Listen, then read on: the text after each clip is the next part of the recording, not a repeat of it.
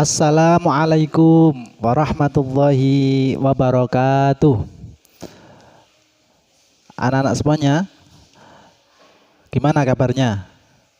Semoga kalian semuanya tetap diberikan kesehatan oleh Allah Subhanahu wa taala sehingga pada pagi hari ini kita sudah siap untuk belajar bersama lagi. Nah, kita saat ini sudah memasuki akhir dari subtema 3. Nah, sebelum dimulai, marilah kita membaca tasmiyah bersama-sama. Tunggal kalih tiga. Bismillahirrahmanirrahim. Semoga kita mendapatkan ilmu yang bermanfaat, diberikan kepahaman oleh Allah Subhanahu wa taala. Oke. Biar lebih semangat kita nyalakan, kita meriahkan dengan zel-zel terlebih dahulu. SDNU Yogyakarta Sekolah Santri Berprestasi. Sekali lagi, SDNU Yogyakarta Sekolah Santri Berprestasi. Santri siap. Dijawab yang semangat ya. Santri siap. Santri siap. Oke, mari kita mulai dengan membuka buku 2H. Dibuka bukunya halaman 66. Nah, sudah ketemu belum bukunya? Halamannya halaman 66. Oke. Di situ ada cerita yaitu tentang Nina. Nina ingin kembali mengunjungi rumah nenek. Nina lantas meminta kepada ayah untuk mengunjungi nenek. Nah, kata Nina, "Ayah, kapan kita berkunjung ke rumah nenek? Nina rindu sekali kepada nenek." Ayah menjawab, "Iya, akhir pekan nanti kita ke rumah nenek ya." Nah, benarkah ya? Asik. Pukul berapa kita ke rumah nenek? Tanya Nina. Kita akan berangkat pukul 7 ya. Baik ayah. Nah, oke, sekarang kita perhatikan tulisan percakapan tadi. Nah, dalam percakapan antara Nina dan ayahnya terdapat penggunaan tanda titik. Coba dilihat di situ. Ada berapa tanda titik? Dihitung. 1, 2, 3, 4, 5. Ada lebih dari 5 tanda titiknya. Nah, setelah dicermati, nah, tanda titik pada percakapan di atas itu digunakan yang pertama untuk mengakhiri kalimat. Contohnya tadi itu, Nina rindu sekali kepada nenek titik. Nah, itu diakhiri kalimatnya dengan tanda titik. Yang kedua, untuk memisahkan jam dan menit pada penunjuk waktu. Penunjuk waktu berarti di mana itu? Nah, itu ada pada kalimat kita akan berangkat pukul 7. 07.00. Nah, 07 dikasih pemisah dengan tanda titik. Itu 07 menunjukkan jam, titik-titik menunjukkan menit. Antara jam dan menit, tengah-tengahnya dipisah dengan tanda apa? Tanda titik. Ya, gitu. Nah, yang ketiga, pada akhir singkatan nama orang. Seperti yang kemarin sudah dibahas, tentu masih ingat kan? Ya. Ketika ada nama orang yang disingkat, maka dikasih tanda titik. Contohnya Muhammad Yunus kemarin ya. Muhammad disingkat dengan huruf M besar, kemudian di belakangnya diberi tanda titik M titik, kemudian dikasih tanda lanjutkan Yunus, M titik Yunus. Begitu, M dan J-nya besar, dipisahkan dengan tanda titik karena itu apa? Merupakan singkatan nama orang. Nah, Kemudian dilanjutkan di halaman 68. Nah, kita akan belajar berhitung. Nah, Nina mengunjungi nenek itu 2 minggu yang lalu, 2 minggu yang lalu ya. Jika sekarang tanggal 24 Februari 2018, tanggal berapakah Nina mengunjungi nenek? Nah, ditanya ya, 2 minggu yang lalu Nina berkunjung ke rumah nenek. Kalau sekarang ini tanggal 24 Februari, tanggal berapa Nina mengunjungi nenek? Nah, untuk mengetahuinya kita dapat melihat apa? Melihat kalender. Ayo, siapa yang punya kalender di rumah ya? Kalender SDNU-nya dibuka. Nah, itu kan ada tanggal-tanggalnya. Kita bisa menghitung dengan menggunakan kalender. Setelah dibuka kalendernya, tanggal 24 Februari 2018 itu jatuh pada hari Sabtu. Ingat, 1 minggu ada berapa hari? Ya, 1 minggu terdiri dari 7 hari. Nah, kemudian kita hitung mundur 14 hari menghitungnya. Nah, kalau sekarang tanggal 24, maka menghitungnya mulai dari tanggal 23 dihitung mundur. 23 berarti 1, 2, 3, 4, 5, 6, 7, 8, 9, 10, 11, 12, 13, 14 ya. 2 minggu yang lalu berarti 14 hari. Ternyata hasil dari 14 hitungnya itu jatuh pada hari Sabtu tanggal 10 Februari. Begitu cara menghitung tanggal untuk waktu yang sudah terlewat ya, yang sudah lalu, begitu caranya ya. Dihitung ke belakang. Gimana? Dapat dipahami? Tentunya mudah ya menghitungnya. Semoga kita dapat paham. Kemudian di bawahnya ada ayo berlatih. Nah, yang nomor 1 disuruh memberi tanda titik. Nah, berilah tanda titik yang tepat pada kalimat berikut. Pak Ardi kasih contoh 1 yang A ya. Sekolah Yona ada di Jalan P. Remora. Nah, sekolah S-nya besar karena di awal kalimat. Y, Yona, Y-nya besar karena nama orang. Jalan P. Remora juga besar karena nama tempat. Jalan P-nya dikasih tanda titik. P titik Remora dikasih tanda titik karena akhir kalimat. Contohnya seperti itu. Coba nanti ditulis ulang di buku tugas atau di buku tulis tematik biar mahir, biar paham.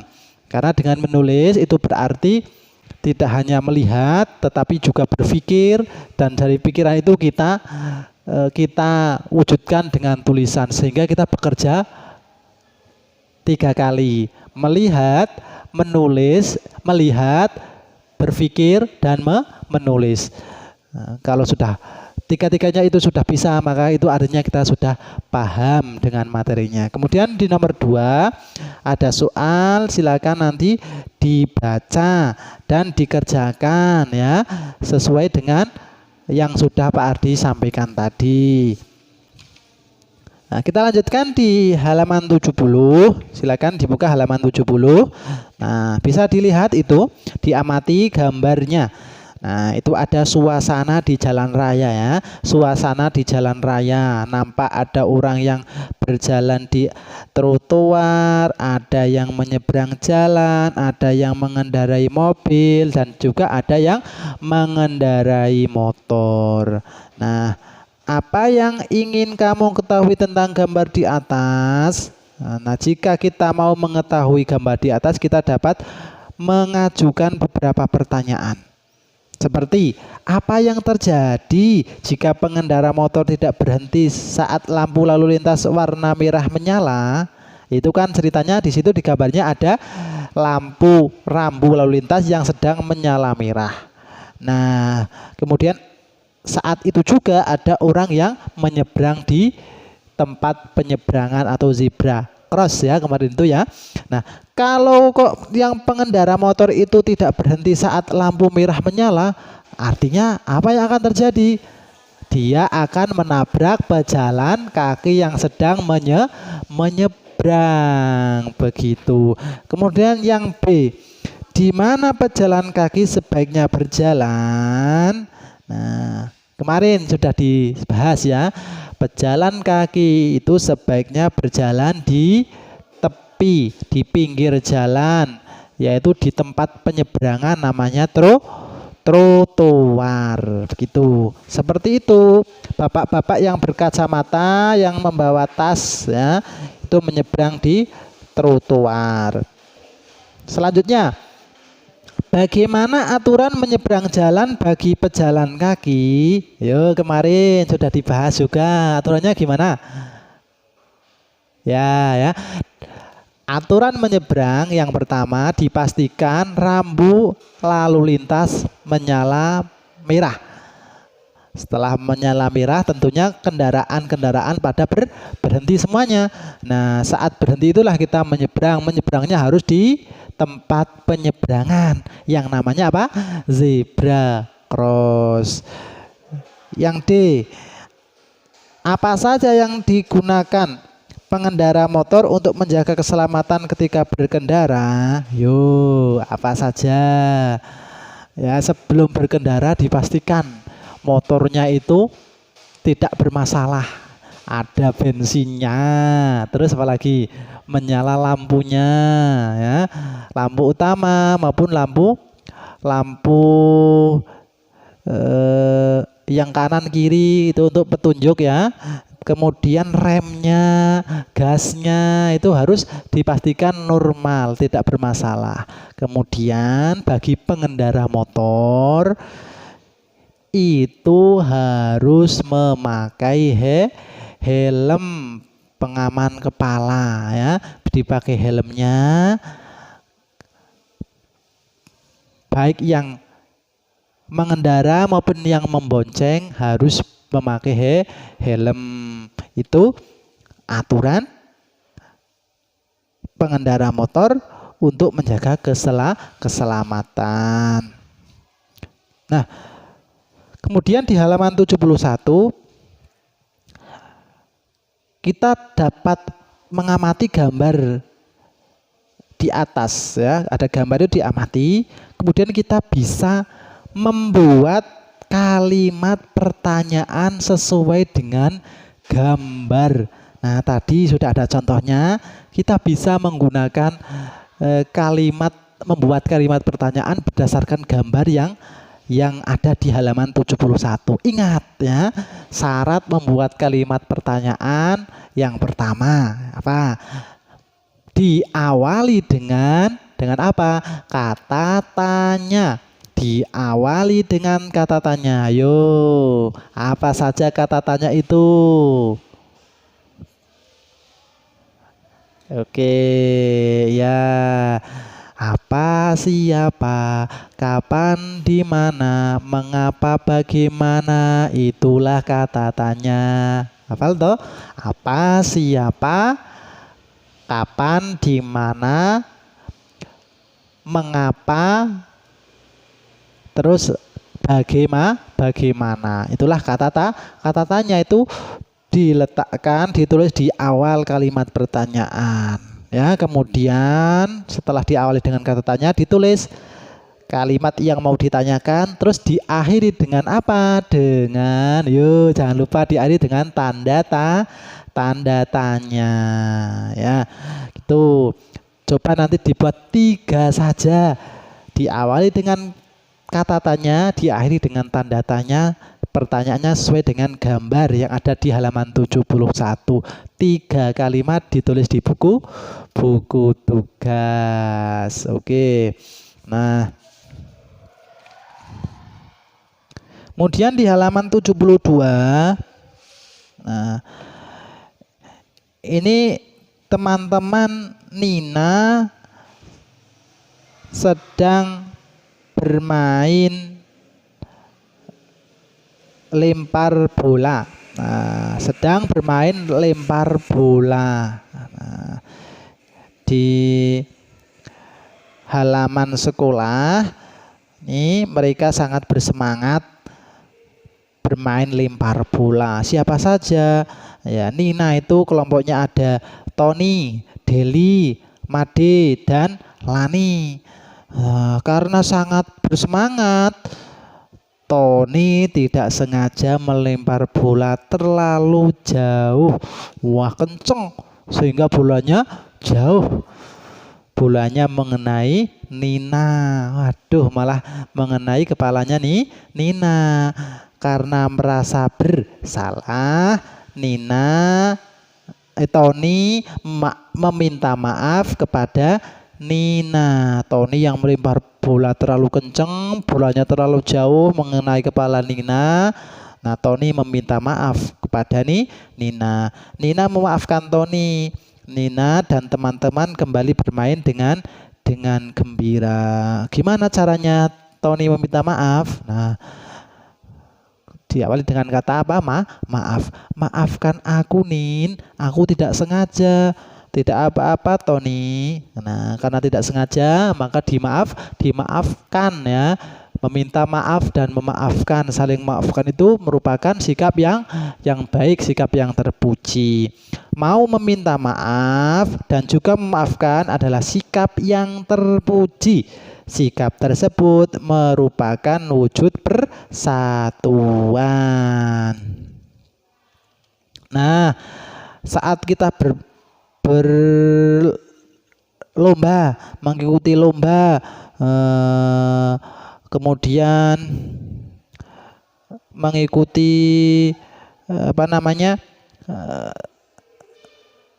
turnamen ya, mengikuti lomba. Nah, tentunya ada yang menang dan ada yang kalah. Masa menang semua? Nggak mungkin ya. Ada yang menang, ada yang kalah. Nah, saat teman kita kok menang, sedangkan kita ini kalah, diri sendiri ini kalah, nah kita harus lapang dada. Jadi mengakui kekalahan dengan lapang dada, mengucapkan selamat kepada teman yang menang. Kita memang kalah, belum layak menjadi pemenang. Nah, makanya sikap lapang dada menerima kekalahan dan mengucapkan selamat kepada teman yang menang itu merupakan sifat yang terpuji, sifat sportif ya. Kemudian mengakui karya orang lain yang bagus ya. Karya sendiri tapi bukan karyanya orang tua ya. Contohnya Pak Adi meminta membuat tugas untuk membuat prakarya berupa kemarin ada kolase dari daun kering, ada bunga dari plastik. Nah, itu yang kuncinya kalau Pak Ardi dan yang lain itu mengamati dari anak-anak yang motongnya tidak rapi, kurang rapi, itu kemungkinan besar buatnya sendiri. Nah, tapi kalau yang bagus banget itu malah menimbulkan curiga ya. Yang buat siapa ini? Ayo, nah, gitu caranya menilai ya. Makanya kalau ada teman kok bawanya bagus dan dia membuat sendiri, nah kita harus akui, wah buatanmu bagus sekali. Nah, diakui temannya itu, meskipun kita buatnya jelek, yang lain temannya kok bawa lebih bagus, kita akui kalau karya teman yang lain itu lebih bagus dari buatan diri sendiri. Begitu. Nah, di halaman 73 itu ada ayo berlatih. Nanti dikerjakan di buku tugas. Itu pertanyaannya sudah ada di situ, tinggal dijawab ya. Tinggal dijawab sesuai dengan perintahnya. Nah, kemudian kita lanjutkan di halaman 74. Nah, masih dengan materi kalimat tanya. Nah, nanti di situ ada bacaan, jangan bosan-bosan membaca ya. Jangan bosan-bosan membaca. Dengan membaca kita akan memperoleh wawasan yang sebelumnya belum tidak diketahui. Dengan membaca kita jadi tahu. Tapi kalau kita malas membaca, maka ya akan tidak dapat pengetahuan yang baru, yang kita miliki hanya itu saja. Makanya dengan membaca wawasannya akan bertambah, ilmunya juga akan bertambah. Nah, makanya nanti dibaca ini dengan intonasi yang bagus. Nah, kemudian dari bacaan itu akan timbul pertanyaan. Kita akan bisa membuat kalimat pertanyaan sesuai dengan bacaan. Nah, itu kan tentang apa? Tentang kerja bakti. Nah,